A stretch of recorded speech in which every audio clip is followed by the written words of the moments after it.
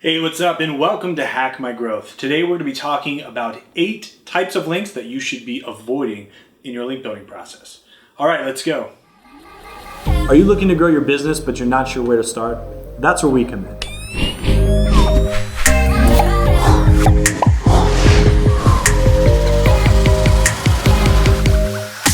Hey, thanks for checking out this video. If this is the first time you've watched, or maybe you've been watching a while and you have not yet become a subscriber, please hit that button now and don't forget to turn on alerts. That way you know each and every time we publish new content to our channel.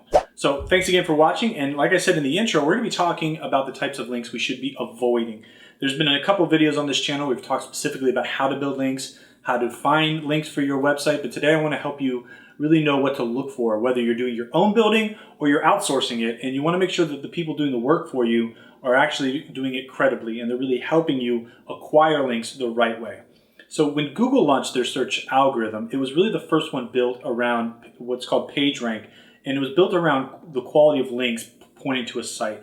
And really the theme or the idea for this kind of came out of academic research papers where an author would cite another person's work to show the proof of what they're doing and kind of give more weight to what they're doing. And when they were developing the algorithm, they looked and they said, what if we used links in the same way that academic papers use citations? Now, there's a lot more complexities to go with it, but that's kind of an overview of what they were looking at. Now, if you paid somebody for a link in a citation paper, that link would drop in value, right? And it's, from an academic level, you're also not going to be kind of like emailing your friends saying, hey, you mention me, I'll mention you, that type of thing.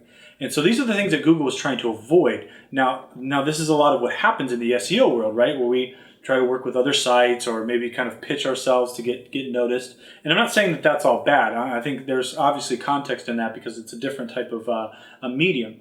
But what Google's looking for are links that are, one, authoritative, trustworthy, but that also make sense, right? The relationship makes sense.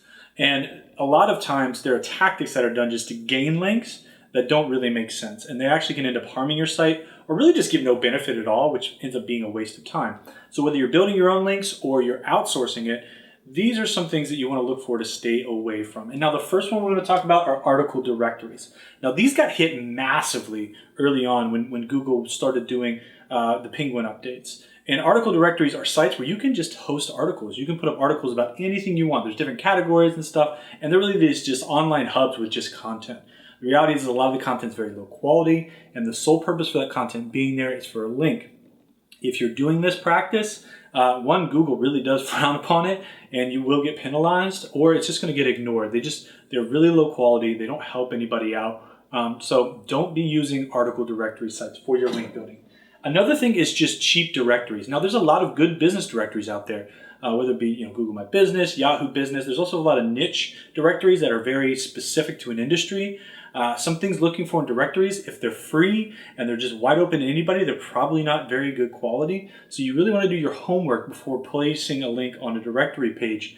Sometimes you have to pay for some of these better directories, but the benefits can be very, very good if it makes sense.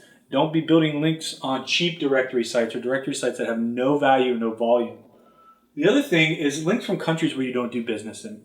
A lot of people will go to maybe Fiverr or one of these sites and start getting links built. But those links are being built in places like India or China or Russia, but they do business in the United States. Maybe they do local business. Now, this is a red flag right away for Google. When you have all these links to your business in regions and parts of the world where you don't even do business and you may have never even been. So this is something you really want to be aware of what sites are linking to you, where are those sites hosted, what's the language on those sites. These are things that people will do to get cheap links and get the links really quickly. The reality is they have very low value and they're seen as extremely spammy.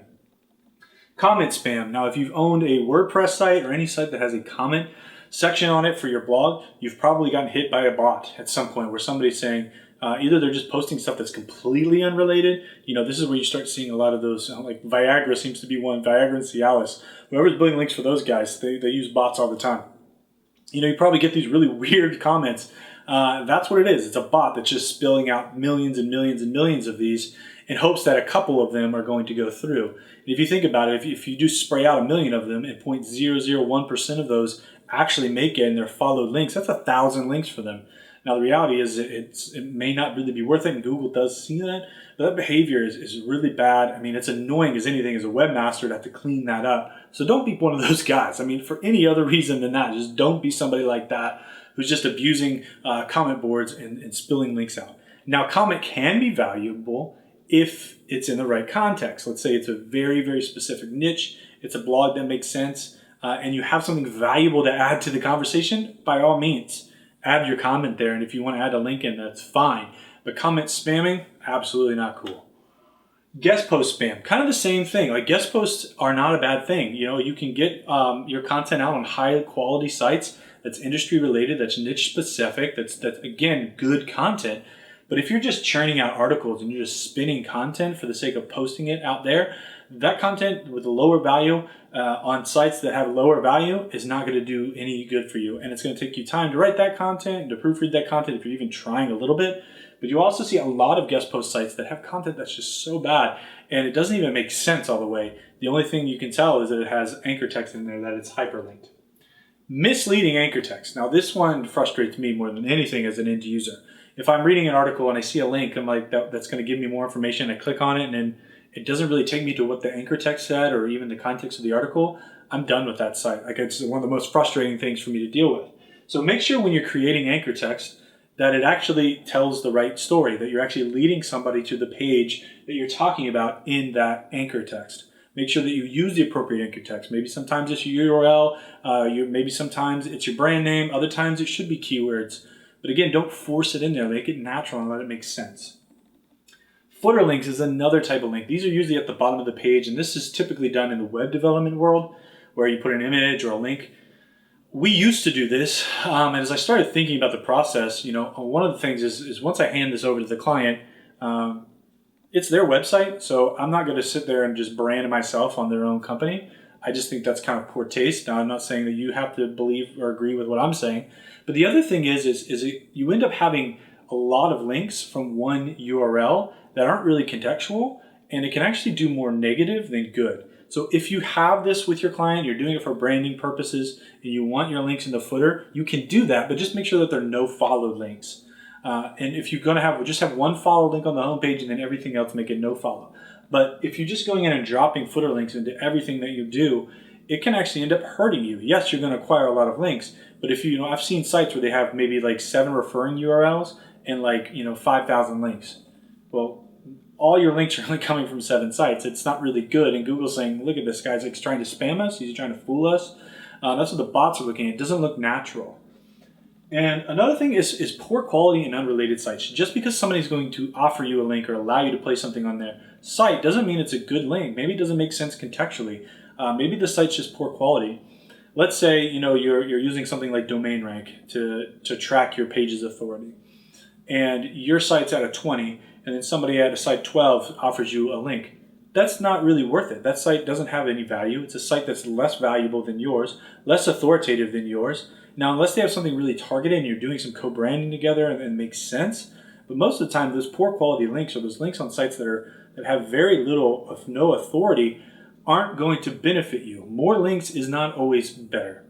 You need to have the right links. You need to be focusing on creating relationships, putting your brand out there, creating awareness, so that then other people will be excited to share and tell your story as well. I used to do some training for a number of years with a guy named Eric Ward, and his nickname was Link Moses, and he was doing links before links were part of any search algorithm.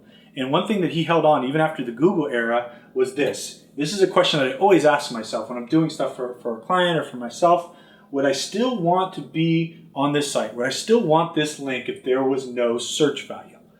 If this link was only there for maybe referral traffic or for branding or for relationship status, but if this link had no value as far as the search engine go, would I still want it pointed to my site? And if the question's no, I'm most likely not going to spend time engaging and trying to build that out.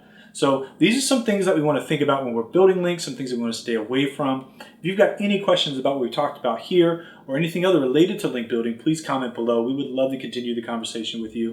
And until next time, happy marketing.